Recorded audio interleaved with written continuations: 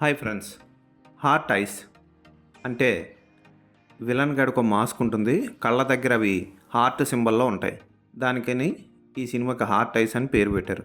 ఈ villain Valentine's day నాడు ఎవరన్నా ప్రపోజ్ చేస్తున్నా, లవ్ చేసుకుంటున్నా పార్కులకి వెళ్ళి వారి బుర్రలోకి బాణాలు దించుతూ ఉంటాడు. తలలు పేల్చేస్తూ ఉంటాడు. గన్లు పెట్టి కాల్ చేస్తూ ఉంటాడు.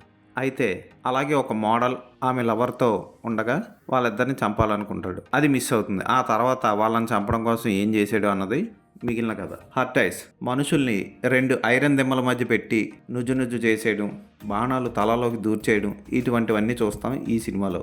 పెద్దగా చూడాల్సిన సినిమా అయితే కాదు, అక్కడక్కడ బోరింగ్గా చిరాగ్గా కూడా అనిపిస్తుంది. పోనీ మర్డర్లన్నా ఫ్రీక్వెంట్గా ఎక్కువగా చేస్తాడంటే చేయదు. ఎక్కడో ఎప్పుడో ఒక్కొక్క మర్డర్ చేస్తున్నట్టు ఉంటుంది.